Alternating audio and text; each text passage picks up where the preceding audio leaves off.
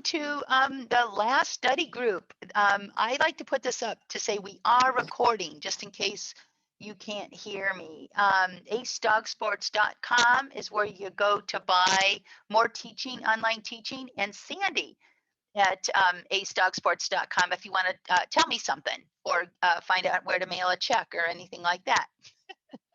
So, and we also have these, we record them to put them up on the YouTube channel, and the information's there too. So we're going to have lots of changes on the website coming up, and I've got 2 new programs in 2021 I'm excited about. But tonight I'm trying a different thing of just taking questions. And I did get a few questions from you. Becky, I want to reiterate if you've got, I know I interrupted you to check the link. So yeah, I just want to make sure you're free to move about the cabin. So without further ado, because you guys, honestly, I can't think of a subject in dogs that I could not easily talk about for an hour. I could talk about trimming nails for an hour. You name it, I could talk about it for an hour. So, you know, and I like to go deep, and I like the nitty gritty parts. What I like to do is I like to share. I'm going to ask everybody to mute. I like to share all of the things that I think should be taken into consideration.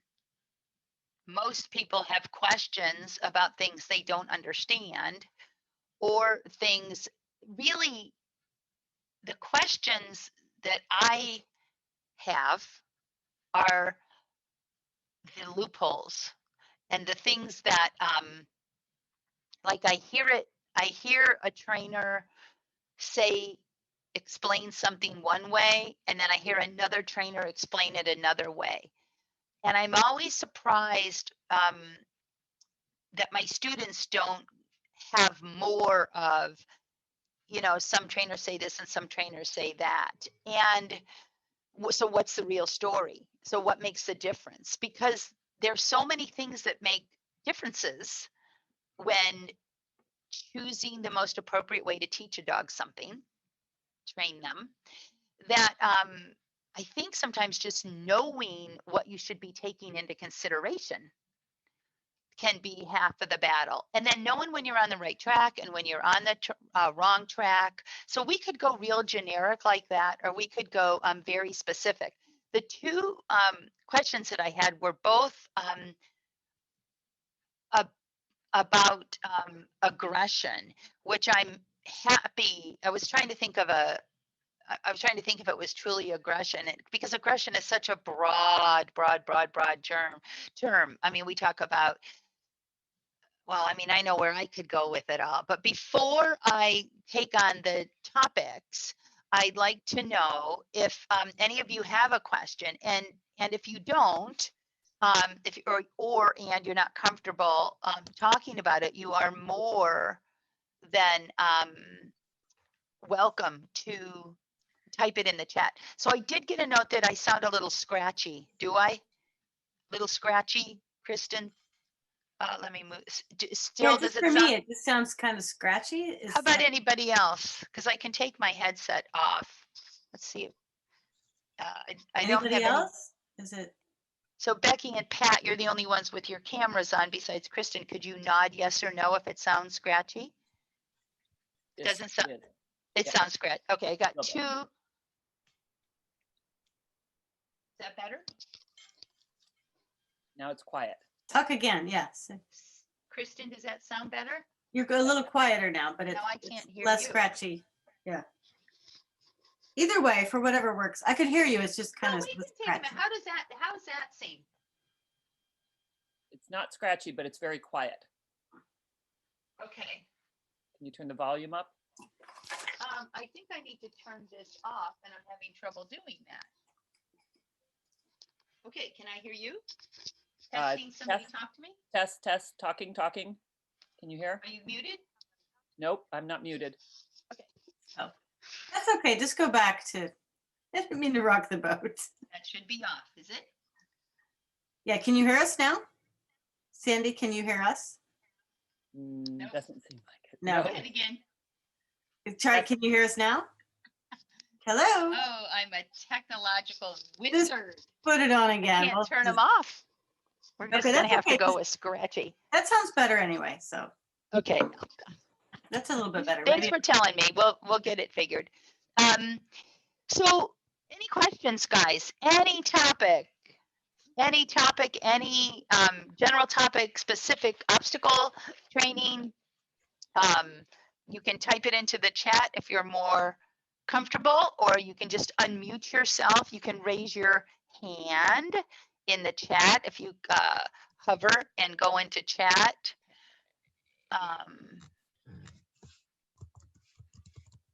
You I can, have a question for too. participants, if you go into participants, you'll have a hand at the bottom. Okay, go ahead. So this is perhaps a newbie question, but I hear a lot about independent, like teaching the dog for certain obstacles, independence, and for others, it's, less so. So how do you teach the dog that sometimes they are going to be doing an obstacle on their own, and others they need to look to us? So what I mean is, you don't want the dog to just be running around the course doing whatever they want, independently. Yeah. At the same time. So you don't want them to looking to us for every single obstacle for permission to do it. So Kristen, that's good stuff. You've actually got two subjects combined, and that's that happens so frequently. That's a little thing all on its own. So you're talking about you talk about handler versus obstacle focus, and how does the dog know when to keep his mind, his intentions on the obstacle, and when he's supposed to be paying attention to the handler, and how the heck do you train that? And then you're also talking about a word that's thrown around a lot, or a phrase that's, I want independent weave poles. And as I'm sitting here, the easiest way, so there is no such thing. It's sort of like there is also no such thing as purely positive training. Like if you put a dog up in a crate, somebody would say, well, that's not punishment, but there is punishment, and reward is the definition for the dog, the individual dog. So we use things to encapsulate ideas like positive training, because we're trying to say we train this way instead of a less attractive way. So independent, there's really no such thing. Independent handling to me would be that I could sit in a tower and have a mic in the dog's ear and tell the dog what to do. And even then the dog wouldn't be totally independent, because he'd be relying on verbal cues. So if I had to say what my definition of independent obstacle performance is, it would mean my dog didn't have to look at me in order to do it. And that my dog wouldn't have the need to look at me even if I was behind or way, way, way over to the side. So if I can say, go weave, and then do whatever I want physically, and my dog will enter correctly, weave well, and exit correctly without looking at me, that would be called an independent obstacle performance. He didn't need me doing some form of help in order to complete the task. So the independent obstacle performances that are the most important to me are the contacts and the weave poles, because those are the opportunities that I have to get away from the jump. I also, or the path. I can go change my location. And then teaching the dog, everybody, when they heard your question, my students that have trained with me a little longer than you have all probably went, oh no, she could talk about that for the whole meeting, because I'm kind of obsessed about this wonderfully fun, exciting challenge of getting this point across to my dogs of when I want them paying attention to me and when I don't want them paying attention to me. So what skill is that? Listening. So I work very hard from the time I get a puppy to teach them that there are two ways we communicate. One is by listening and one is by watching. and I'll let you know what I need. But in order to do that, I have to grow the listening skill in the dog. And most people, when they start with puppies, they combine physical and verbal cues. The classic one is down. They bend over and they do this little, Hail Caesar thing and get the dog to go down. Well, they think they've taught the dog the word down, but the dog is responding to the physical cue.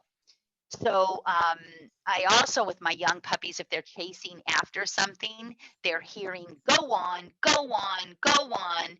So they're learning that they can take direction from me in a very natural, easy way. Um, so it's comprehension. When I say sit and down, any cue that's a verbal cue, any cue that I might want the dog to do without looking at me, I teach it as a verbal cue without physical cues. I also teach physical cues called signals without verbal cues. And then when I put them together on course, I'm like super handler because I've got two languages converging to really make things clear for my dog. Got it?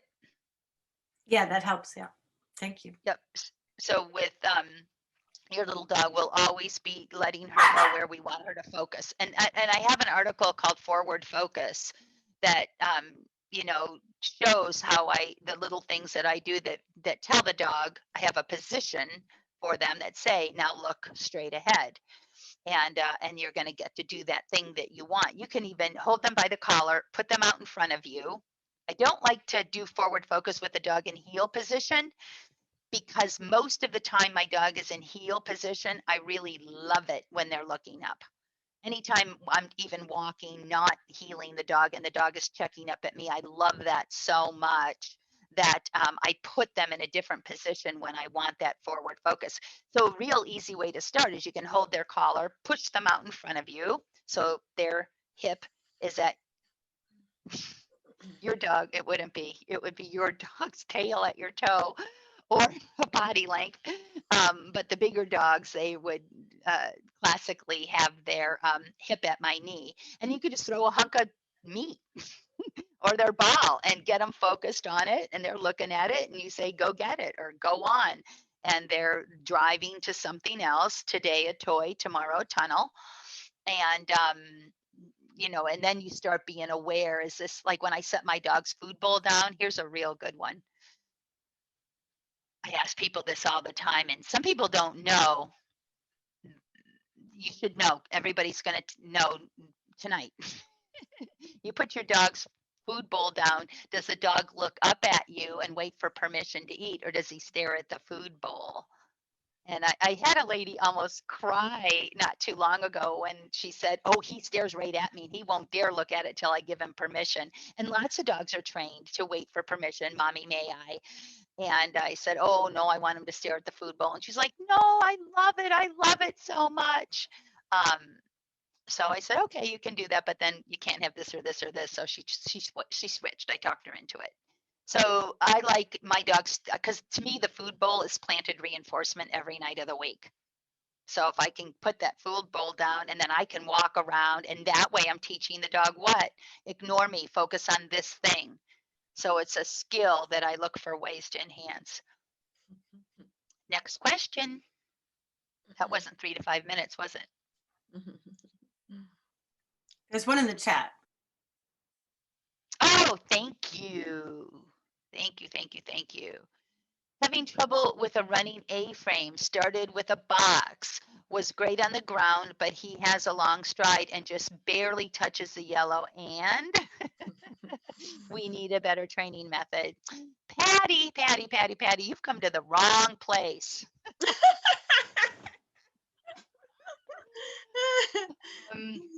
I will address running A-frames, and I'll tell you what I know, and I'll bet you it will help because I know a lot. The main thing I know is that I cannot boast that I own a dog that I have trained a successful running A-frame on that has lasted the dog's entire career in competition. And usually when I'm teaching something, I can say I've taught whole bunches of dogs and with success in the competition ring for a period of time. So I now, but I will always try to teach every dog. And Tuxedo's really the only one. The other ones, he's, well, Quizzleberry, I haven't started because I'm dreading it, to be honest with you.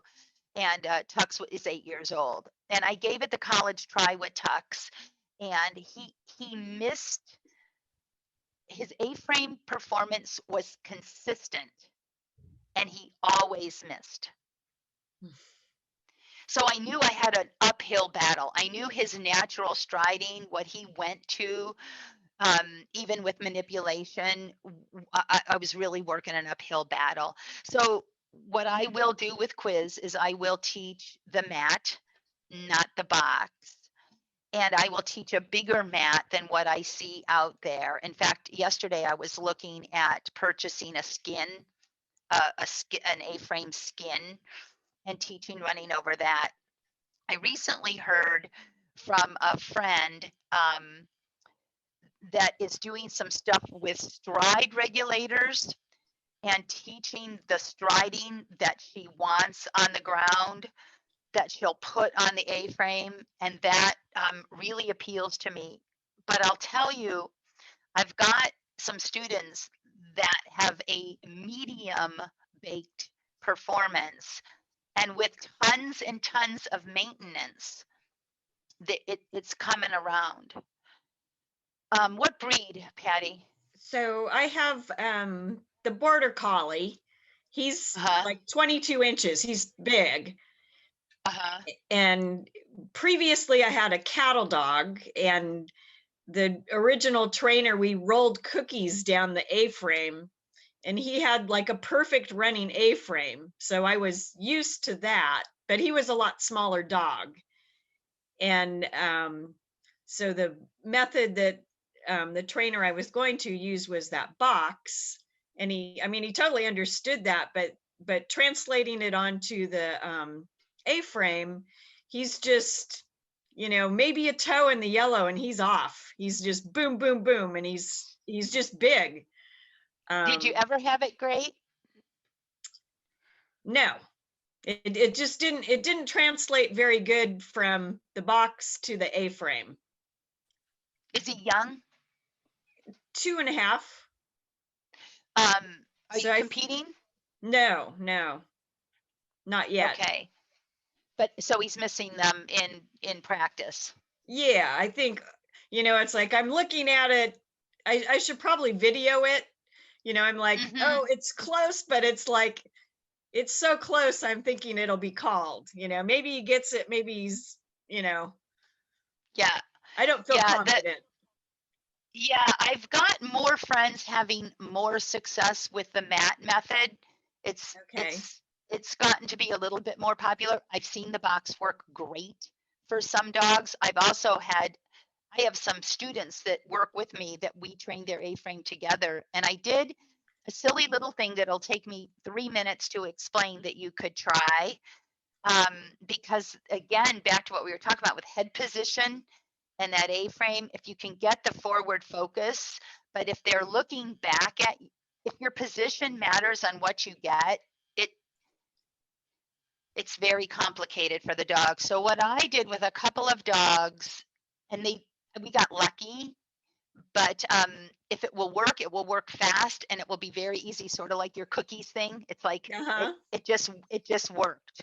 So it doesn't mean it's going to work for a large percentage of people, and it's a little bit, Mickey Mouse, but it worked for that dog.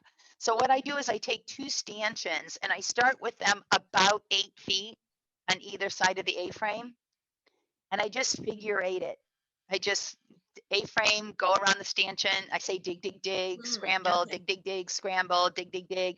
And it gives the dog a chance to just kind of settle in and get a more natural striding. I say 8 feet, that is not a magic number.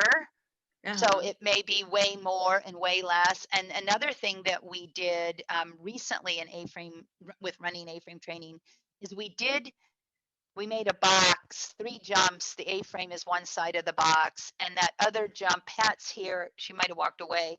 I think the jump in front of the A-frame was probably 18 feet. And then we had a jump on each side. So we started teaching the dog go on over the jump in front, and lefts and rights, hooks and heres. And that helped the dog by being told what to do next. Because if they're on the A-frame and they're looking for a handler, they're going to leave at all different points because they're not focused on the task at hand. So when Pat, how far out when we did the box work with the A-frame, how far out would you say that jump was? I guessed at 18 feet. 16 to 18. 16 maybe. That's what I was thinking, that it might have been a little bit less. So you know what Yeah. I mean, just a classic box configuration, Patty. And we used planted reinforcement if the dog had trouble, and the handler was in a little bit behind and a little bit ahead, the handler, Pat. But it really kept the dog's head in a much more specific place. So try my figure 8 thing. And then if you're going to go with a new method, check out the MAT method. And I think a lot of dogs can't translate that box. I mean, I can't do something on the ground and then do it on a slant. That stride regulator thing made Okay. sense. That's Dev Spurver. Dev Spurver is the one. You can find her on Facebook, DEV.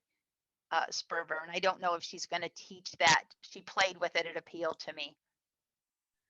Okay, I've had the mat and the stride regulator. You know, 2 people have been mentioning that, so those are the 2 things that people say to try. But I think maybe an obstacle would be, I'm doing it in my yard and I just don't have a huge amount of space. Got it.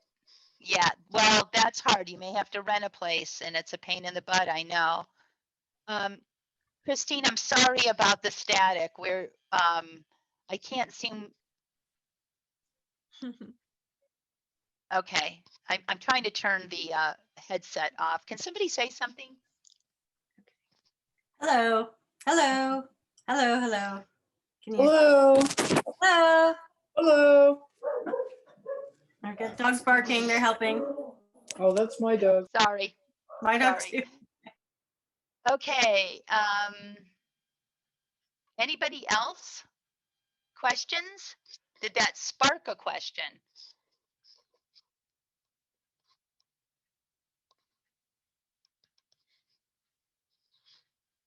Should we move on to dog aggression?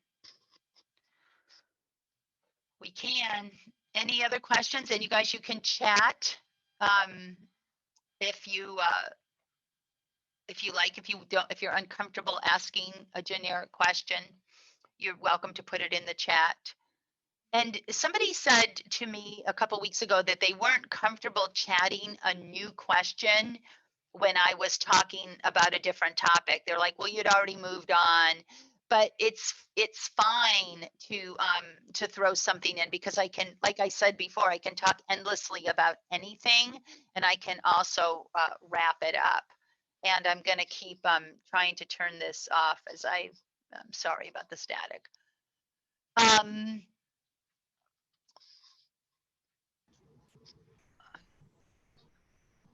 Did you already talk about dog aggression? Hold on just a second. Sorry, guys. I've got, I know what I'm gonna do.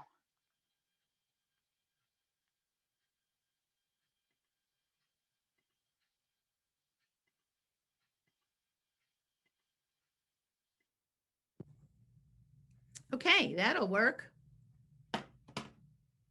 Is it better? Can you hear us? I can hear you. Okay, that sounds good Okay, to me. good, good. Yeah, the good, sound is much better. good. Okay, awesome. Sounds I great.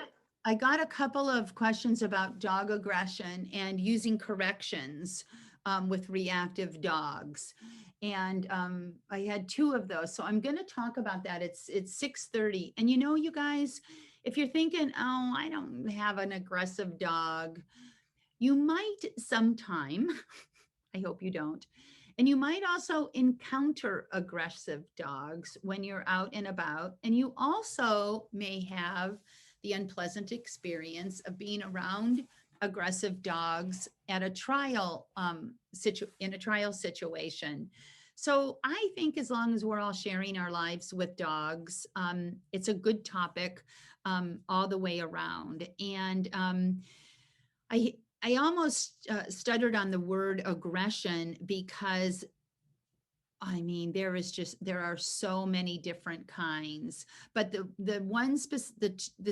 actually the questions were, do I correct it? And the answer is it depends. And everybody is sick of that. And I'm going to tell you what I would correct and what I wouldn't correct. And I also want you to understand why why professionals that do what I do are afraid to tell you to correct the dog. And it's because if the wrong dog is corrected in the wrong way, it can make the problem worse. So it's way easier to say never correct. And then there's the whole issue of whether or not what's happening with the dog is fear-based. The problem with that is whatever it's based in, it could get the dog, and no matter what the level is, it could get the dog killed when it displays its behavior on a dog that truly is a dangerous dog. So there's a difference between a dog displaying aggression and a dog that is intent on doing damage. The problem is the dog displaying aggression can do damage on the shy, sensitive dog. So when you talk about damage and aggression, you have to also think about the damage to the innocent dog. So it's all encompassing. The thing that I always fall back on in this very difficult question about correcting aggression is if I make a mistake, they tell me I can make it worse. And that's the thing I have to avoid the most. You guys, if it's going to make it worse, you're going to be able to tell. You're not going to keep doing it. You should never be correcting any dog for anything without results. So the problem is that some dogs get overwhelmed and they react negatively. I personally have been overwhelmed and acted negatively. And I had to be told that's not acceptable behavior in a way that got through to me. It's not my idea that dogs learn from being corrected. Mother Nature set that deal up. Mother Nature said that in nature, there has to be consequences that are strong enough to stop the behavior. The problem with aggression is if it is so deep rooted in fear or so deep rooted in genetic aggression that has been passed on, your correction isn't going to work anyway. It's just like you guys when you're scared of something. So I'm scared of, I don't know, falling off. Let me use rats. I'm afraid of rats. But if you were going to give me $1 million for one rat to run across my hand, I could do it. But if you were going to give me $1 million to go in a coffin with 100 rats for 5 hours, you could keep your $1 million. So how much the fear is determines what can be accomplished. And what we don't hear is stable and unstable. You have to know if the dog is stable and learned a negative response and can unlearn that negative response by being told, no, you may not behave that way. I am not going to allow it. And if the dog's aggression is a low level, he'll go, who knew, if he'd never been corrected. So now we're talking about getting in the dog's face and saying a harsh, strong no, up to and including taking it out behind the woodshed and beating the hell out of it. And we've got everything in between. So I would say, if you reprimand that dog a few times and it doesn't work, and you escalate it to a correction that makes the difference, you've been successful in the training. And I am so far out on a limb right now with the subject. But I see too many people not teaching stable dogs that they cannot lash out at another dog.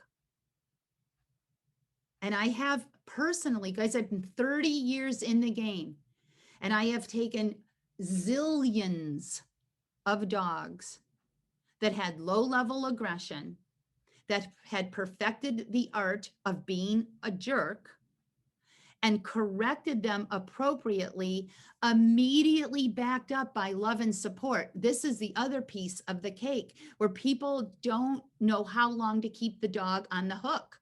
So the dog is in trouble, and then the pressure's kept on, and the dog can't do anything right. And this is where you're going to erode that dog's abilities to cope. Coping skills and stability are the same thing to me. There are dogs that are genetically unstable, that cannot cope with life. And they are going to and they are at some point going to have to experiment with aggression in order to keep the world at bay. Telling those dogs you're not allowed to, I mean, these dogs, no isn't going to work. So the only way you're going to know if a correction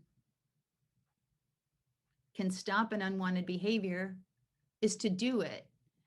Yes, I want that dog to know other behaviors. Yes, I want to try desensitization first. Yes, I want to try to use space first. Yes, I use food first. Yes, I give the dog alternative things to do when faced with these things. But if that's not enough to keep the dog out of trouble, I'll tell you a story about a good student with one of the dogs that we're talking about. We're talking about a stable bitch that had learned that snapping was a successful maneuver. And all I mean by that is she learned that if there was a dog too close to her, that she could make the dog leave by snapping. Well, one day it didn't work. And so she snapped more. And that worked until it didn't. And then she had to lay a dog down. Well, the handler was told, don't correct her, it's fear-based. And we were at a trial, and the dog was lunging, and the handler wasn't going to be able to take, she had a recall. We weren't worried about the dog leaving the ring and attacking. But it's not acceptable. When you sign an entry form for a dog show, you are saying, you are agreeing that you have control over your dog. That's the deal. You signed a thing that said that. So when my students don't have control, I tell them they agreed to leave. You signed an entry form, you already agreed to go home or work your dog on the perimeter, but there's an obligation there, in my humble opinion. So I said, let me take her. And I knew the dog very, very well. I had worked the dog a lot. And what I showed the dog was that I was not going to allow any dog to get close enough to her for her to feel that she had to do that. So I just maneuvered her around. And when she would look at a dog, I would tell her, hey, will you sweet pea? You got nothing to worry about here. I got you. And I would make myself a sandwich. I would put myself between her and the dog. And a couple of times she started and I said, no. And she went, okay, you sure you got it? But I'm moving myself in a confident way to let her know I see that dog and I'm telling you what to do, and I'm not going to let that dog get you. So she, and you know, her mom was like, well, that's because it's not a highly aroused dog. So I called a friend with a highly aroused dog and had her jack that dog up. And the little dog thought about it, but each time she thought about it, I told her no. And that's another thing that folks get real mixed up about. And I used to too. And I would think and think and think and think. So is thinking about it the mistake? Or is it the actual crossing the line of the lunge or the nip? Or are you allowed to look? Are you allowed to key in? Is that a step in the right direction or a step back? I mean, if you constantly are thinking in your mind if the dog is progressing or not, and if you're constantly thinking so sometimes steering is the root of all evil, that keying in. But if your dog is used to lunging instantly, sometimes I'll let that dog key in for a second or 5 because I want to see if the dog goes, that's not my business. Or if he's actually going to lunge. Am I going to do that every day constantly? No, I'm not going to set the dog up to fail. But once in a blue moon, I have to test. I have to test if that stare is going to draw the dog to the conclusion of throwing in the towel or acting on it. At this point, somebody must have a question about what I'm talking about. I do. Okay. Hi, Sandy. Hi. So I have a friend living on my property, as you know. She has a Papillon puppy, like a 5-pound little dog who's very wiggly and very sweet. And Loretta has decided that she needs to die. Seriously? Seriously. I Mhm. mean, we discovered this when she was walking the Papillon and when I happened to be training Loretta, and Loretta just dropped everything and dove for this little dog and tried to kill her.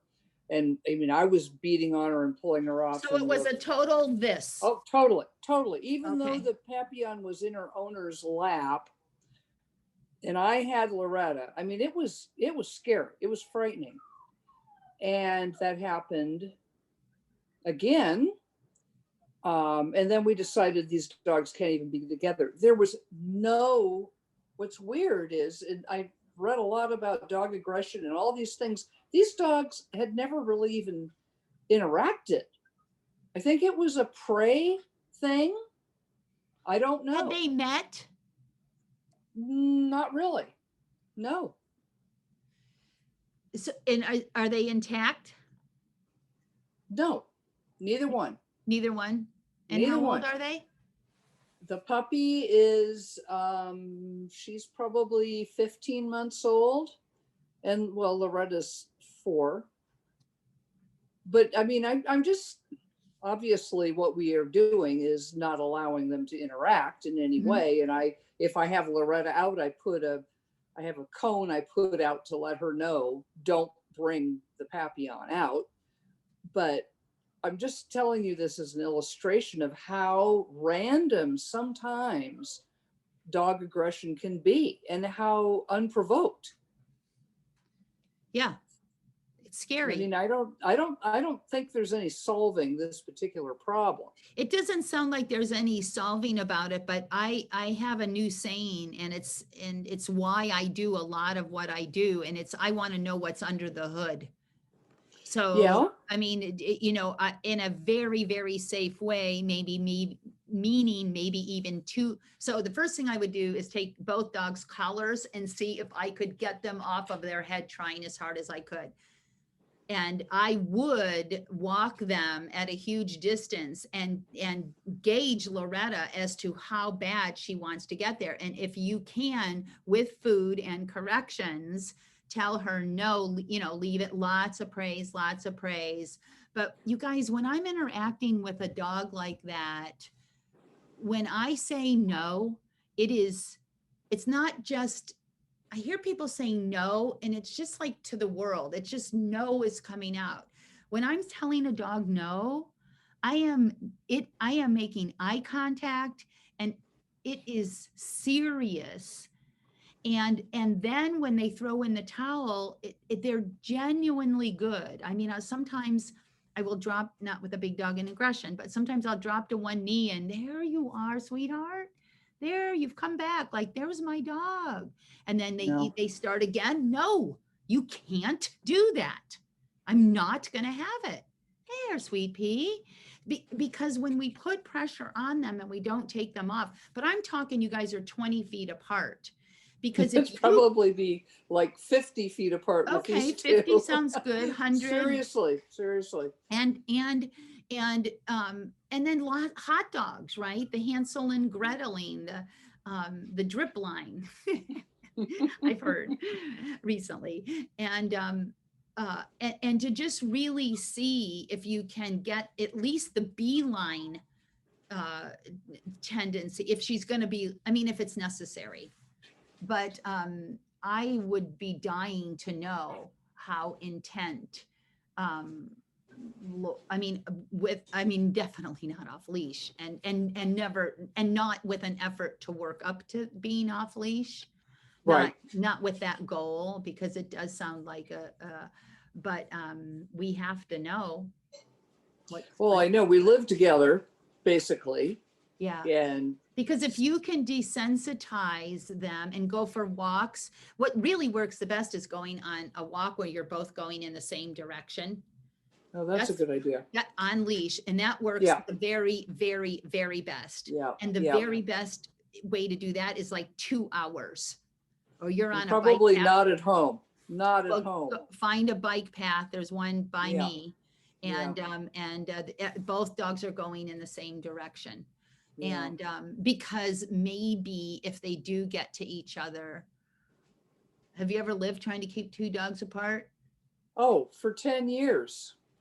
I had 2 dogs, Spy and his father would have Okay, killed each never other. doing I had that to again. separate them for 10 years. I know what it's like. And that's why I'm interested in something other than just management here, because it just goes on forever. I mean, management is like just accepting. The problem is who picks to do the test. Well, I can't put my friend in that position, right? And you don't want Loretta in that position either. Well, I don't. And you know her, she's never been aggressive to any other dog in her life. I'm actually There's- quite shocked and hurt and dismayed. Oh, My I little know, I am princess. too. Thought she And was perfect. this little fuzzy, wiggly dog, for some reason, Loretta thinks it needs to die. And Well, she's- maybe you I ought to mean- have me come over. I'd could. love you to come over. But I would get on some walks and see if you can't get some of that hatred out. I think that's a good idea. Thank you. Yep. I really don't want to say this, but it might help other people here. That should have been plan A. Well, yeah. I mean, this has only happened recently, and so all we've done is keep them apart, which is easy because we live in different places on the property. Yeah. But Make sure we when do- you're walking, if you take those dogs for a walk, I'm sorry, I didn't mean to interrupt you, but I did. When you're walking those dogs, you guys cannot be bullshitting. You got to watch no. those dogs. Oh because no. because the subtleness that little Papillon doesn't deserve to be intimidated by Oh, I Miss agree. Thing. Okay. No, I agree. Okay. And she's a dog trainer too. So Yeah. excuse me. I'm everyone's sorry. joking, I but- am so sorry. Yuck. I know, isn't that it's rotten. You had someone raising her hand. Maybe who was raising Yeah, their hand? Might have had Cindy. an insight. Yeah. Not, Yeah. not into your situation. Oh, I have only sympathy for you because I've lived with that as well. Thank you. We've had I have all terriers and we've had some significant battles. We have a gated community. I lived in a gated community for 10 years and I have corgis and they're Yeah. not much different that way. Yeah. Anyway, my question is, you mentioned early on whether the motivation for the behavior is fear-based or not. How important is it to make that distinction in terms of the way you would approach it? Would you deal with it the same way or not? I think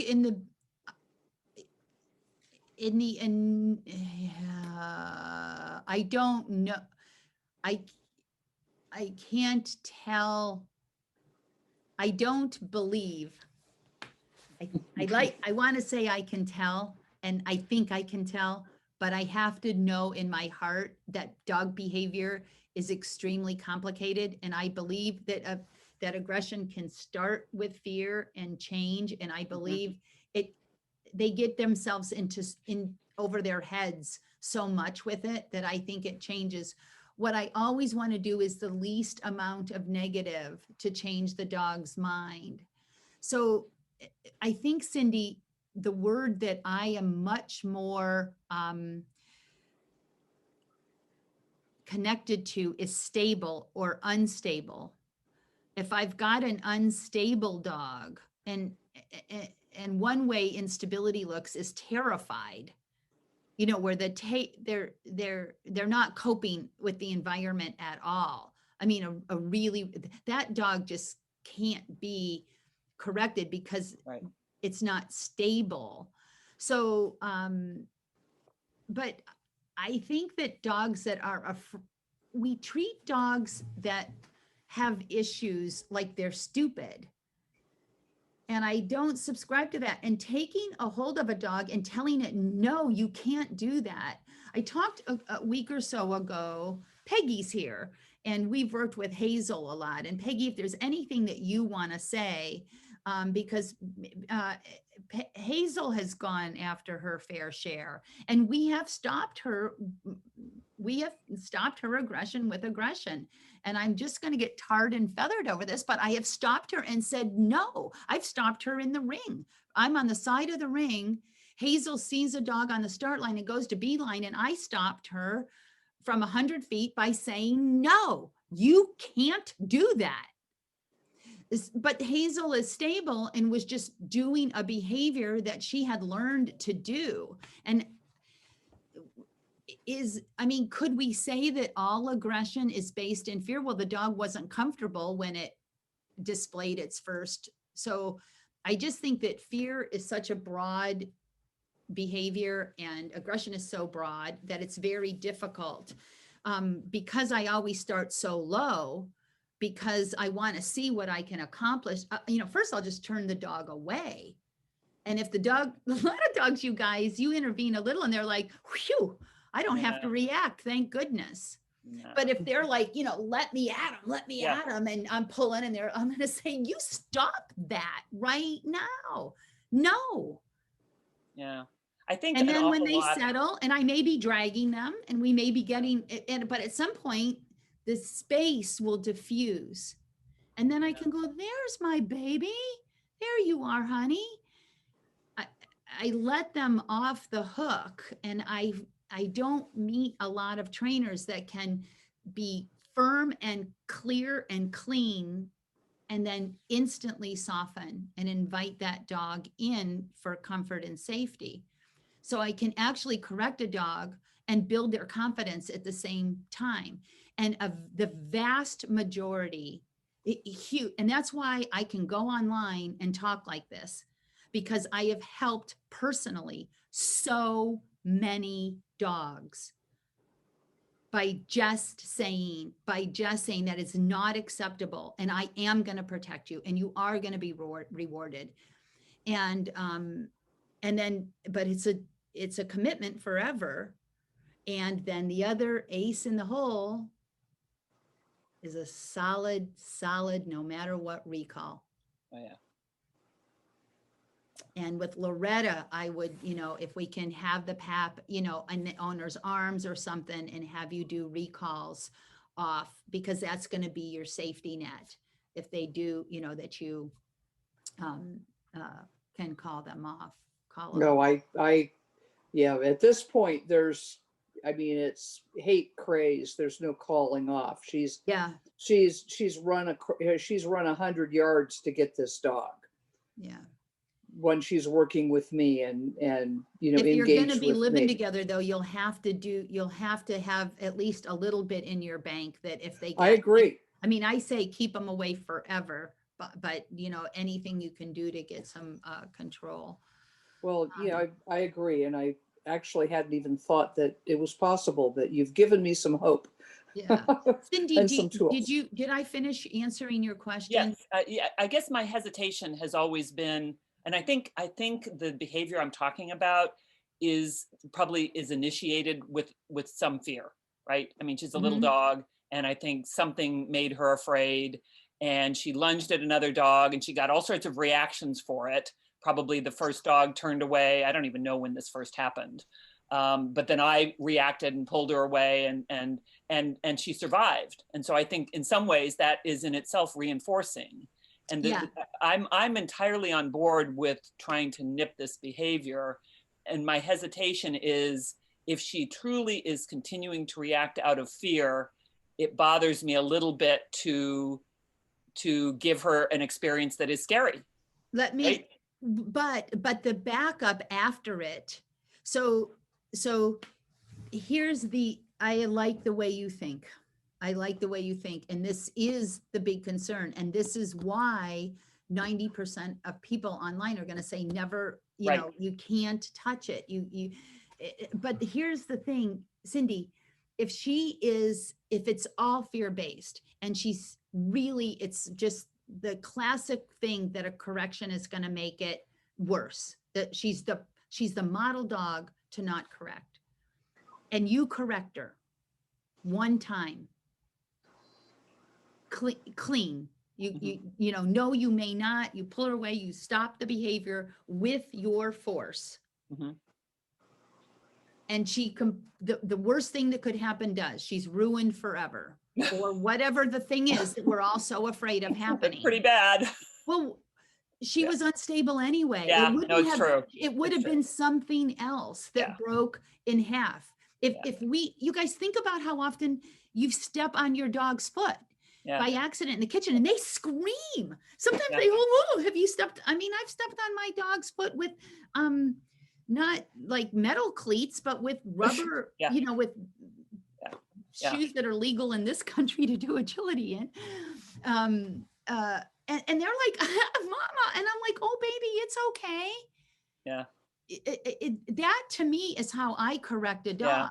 Yeah. It's a fast, quick consequence, and there's a makeup. Well, they do rebound from that sort of experience. Some quickly. don't. And yeah. No, an unstable dog doesn't. Yeah. No, and if your dog doesn't, your dog's not gonna, isn't gonna make it anyway. Yeah, no, I think you're right. I think the fact that these transitions with her are so quick, she targets on another dog, and then as soon as the dog is behind us, just a couple of yards, she forgets it. I mean, there's and you know, her posture, her tail's never down. She does not in any way act fearful, but I keep reminding myself that fear can manifest in a lot of different appearances. Well, like you said, there's something the first time she did the unwanted behavior, I can guarantee you she wasn't comfortable. Oh, sure. Exactly. But but I suspect now it's transitioned to something else. It's transitioned to a little bit of power. It's She called gets a reaction. It's called a successful behavior, like you Yeah. said. Yeah. Yeah. She didn't want a dog to approach. She did whatever came up for her at the moment. It was a pretty smart card, if you ask me. And like you said, it worked. Aggression works. Yeah. Oh yeah. Oh yeah. So work the for toddlers too. Don't get me started. Yeah. All right. Well, I've got some material. I think what I needed was removal of that last little, if this is fear-based, you don't want to do this. The thing of it is, you guys, I tell my clients this all the time. whatever you're doing, whatever training thing you're trying, whatever you can assess immediately. Is it be- getting did better this- or worse? Yeah, Yeah, Yeah, yeah. And, yeah, and, and I'm- and with some things, people give up too quick. Yeah. And I think knowing what to expect, um, and as I said, I mean, I do evaluate, is it getting better? Is it getting worse? And I can tell you for 6 months, it's the same. It's not better. It's not worse. It's just the same. We have a routine now. And that's mhm. that she gets, lots of food for walking by a dog. Yeah, and that can be a very, very successful technique. Do you put yourself in between? Oh, always. I Yeah, always go to yeah. the farthest side of the path. Sometimes I get her to walk in between my legs. Oh, And that actually, that scares me. really? Because I might trip on her, or I Yeah. might step on her. Nah. Yeah. Nah. No, oh, no, because you're tripping. Oh, nah. Um, No, we got it down. You guys, the one thing that happens when you're using food for this type of thing, the food, you guys, when I'm working this, I do use Yummy Treats, but it's almost the worse it is, the less I use the treats. So the last time I worked with a serious dog that was reacting to everything, I live in a shady suburb. So there are lots of lunging dogs all up and down the block. So I can walk dogs and just have these dogs just lunging at the fence. And I know which ones are strong. and work the dog that I'm working, and I have the whole street to where I can, just let them know you're fine, you're going to be fine. But when I'm really communicating, I'm not using any food. I mean, the food really should just be the cherry on the top. And I know I said to use food, and this is where it gets really hard for me, because a lot of my clients, they have to use the food because they can't get the connection that I can often get with my voice and my eyes. So I would much rather the food actually. Cindy, is your dog taking the food like that? Is Yeah. Oh no, her eyes aren't even on me. She's like taking the food out of the corner of her mouth while so she's she staring at the other dog. Yeah, don't use food. I know. Yeah. That's exactly what I'm thinking. I'm thinking this is not doing any good at all. Yeah, you need to just get through to your dog. You need to say, stop it and go off of the trail till you can get her to look at you and say, there's a good girl, And and when have her she's- do some obedience. So the food reward is for disconnecting truly, not just, sticking her tongue out to take the food. Well, right now the food isn't a reward, and the food can That's what I'm actually saying. get in the way of the communication. Right. It right. can actually just be a thing that is preventing your dog from saying, this person isn't going to let me do that. Right. I even remember one time I picked up a dog and I'm like, you're going to get us killed. It was a pit bull on the beach that was completely out of control. And the dog I had was my mom's dog. I mean, he's going, let me at him. And I'm like, you have to stop. Yeah. The little shit, my mom's little shit was going to get us attacked. Yeah. Yeah. And I So had to make him stop. And it wasn't about, and get a cookie. Well, although it sounds like the opportunity for the cookie is after the dog has mentally disconnected from the other dog and refocuses on me. Honestly, Cindy, by the time you make the connection, the good girl, Peggy that I work with Hazel, by the time we get through, you can't do this, and I love you and you're sweet, the cookie really has become irrelevant. Using cookies as a distraction, as a safety measure to get by a dog, to minimize as a management technique is a management technique. But now I'm talking about training. Mhm. I'm talking about getting through. I'm talking about the dog understanding that you aren't going to allow the behavior, and that you are going to be supportive and sweet and kind and loving when you get your sane dog back. And this other dog that rears its ugly head is going to be treated. It reminds me when I'm hauling a dog off the trail, it's sort of like a 2-year-old having a tantrum getting hauled out of Kmart. It's like, you can't do that. And now we're out of here. And then when you feel the tension, you can invite them in and even hold them and say, that was rough, nice mommy's back, but we're not doing it. No, this is who you do that. You get this mommy. We talked about last week, I was talking about the difference between teaching a kid.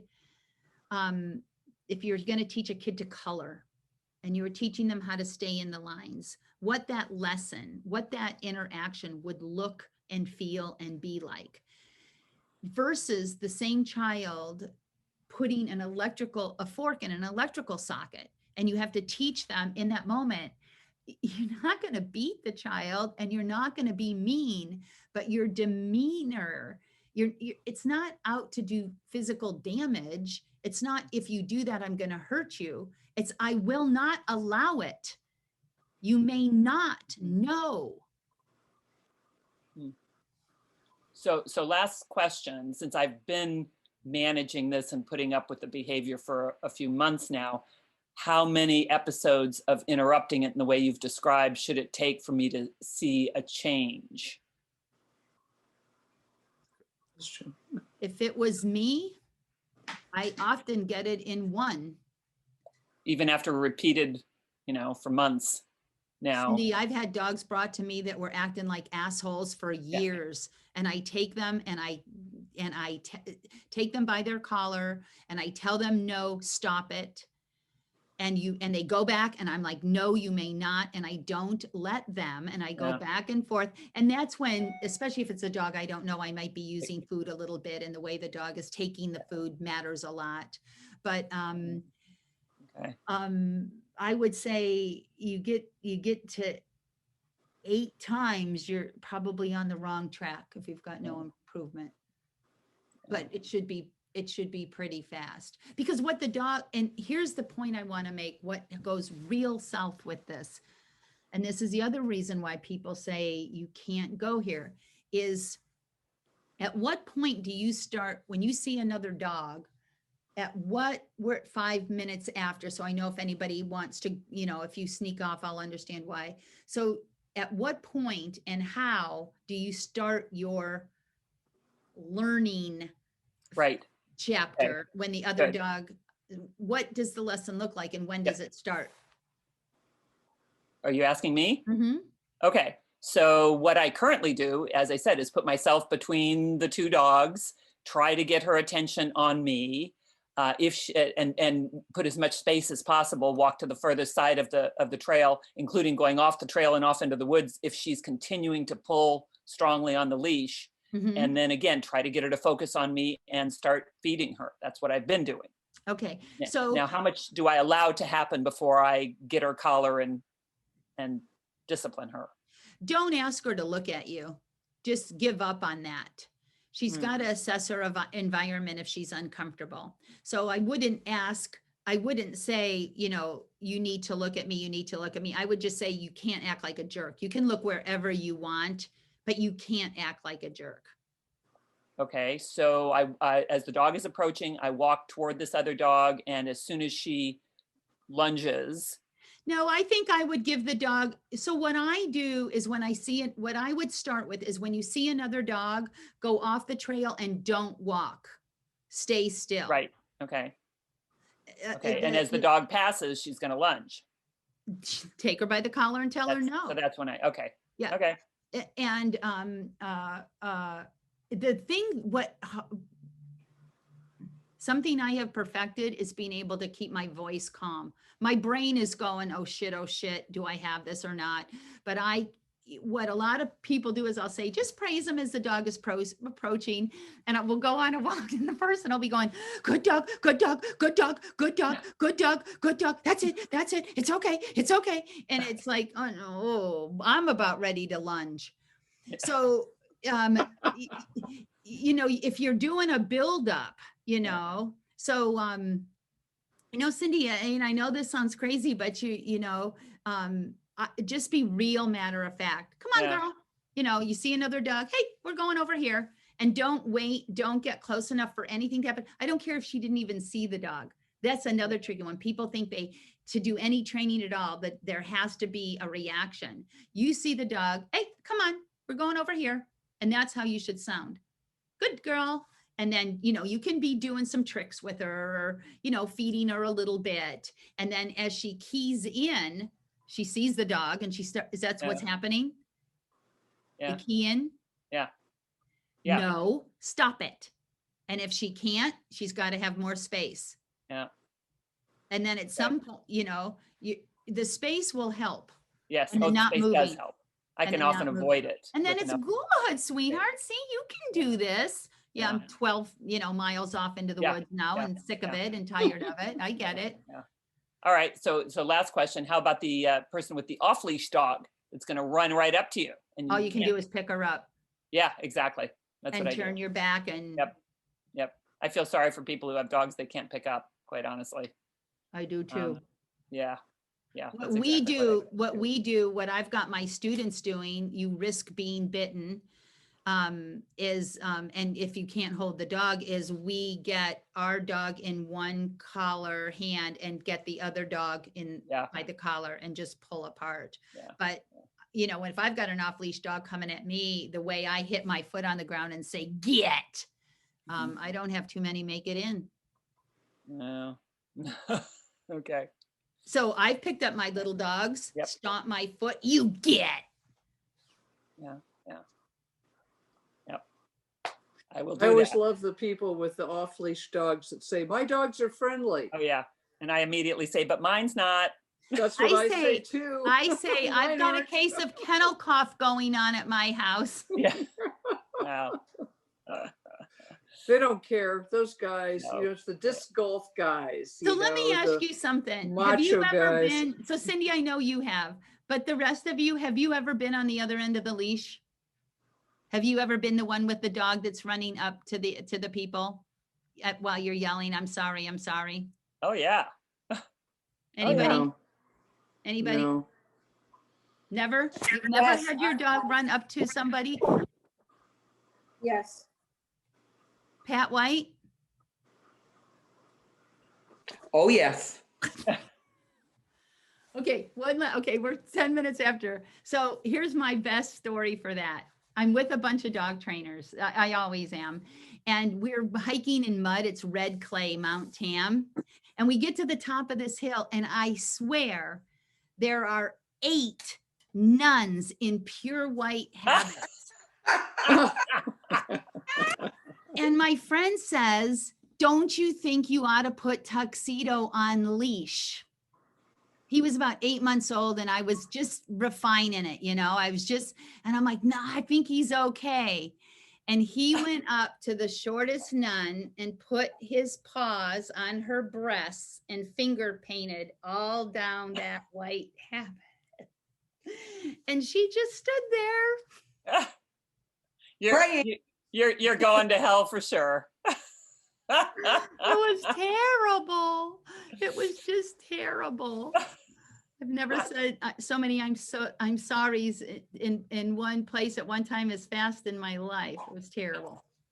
Anyways, so just remember when we leave, I'm a professional dog trainer, but everything that's happened to you has happened to me. Multiple times. Good to know. All right, you guys, have right. a very happy new year. Yeah. Thanks for coming and tell your friends. Yeah. Thank Happy you. New Year, Thank you. everyone. Happy you. Bye, Sandy. Happy New Year.